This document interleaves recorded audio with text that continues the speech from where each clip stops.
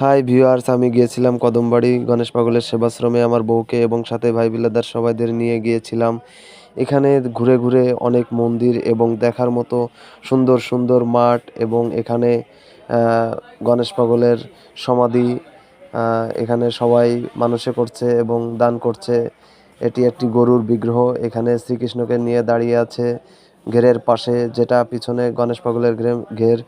এটা শিবের মন্দির। এটা গণেশ পাগল বসে আছে বটগাছের নিচেই।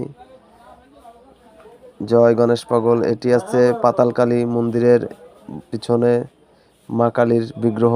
এটি সেই বটগাছ যেখানে মানত করে সবাই এবং পূর্ণ হয়। এটি হচ্ছে শ্রীকৃষ্ণ মন্দির গণেশ পাগলের। এটা হচ্ছে শ্রীকৃষ্ণ মন্দিরের ভিতরে রাধা গোবিন্দ। এটি হচ্ছে মনসা মন্দির। আর নতুন করে এটা হরি মন্দির হচ্ছে। জয় হরিবোল, জয় হরিবোল। আমরা একটু মাঠ দিয়ে ঘুরে দেখলাম। জয় গণেশ।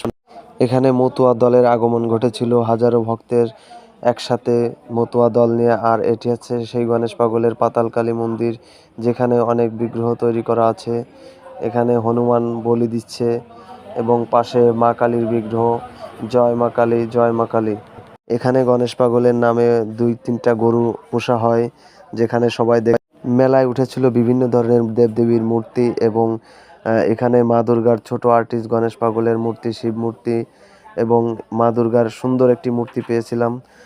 পাশে মেলার ভিতরে ঢুকে দেখলাম বিভিন্ন ধরনের নাম জানা অনেক মিষ্টি, যা দেখে খেতে মন চাচ্ছিল, কিন্তু আমি মিষ্টি খাই না, তাই খেলাম না। সব কিছু ঘুরে দেখার পরে আমি আমার ওয়াইফকে নিয়ে বাড়ি ফেরার পথে। জয় গণেশ পাগলের জয়। সবাই ঘুরতে আসবেন এখানে।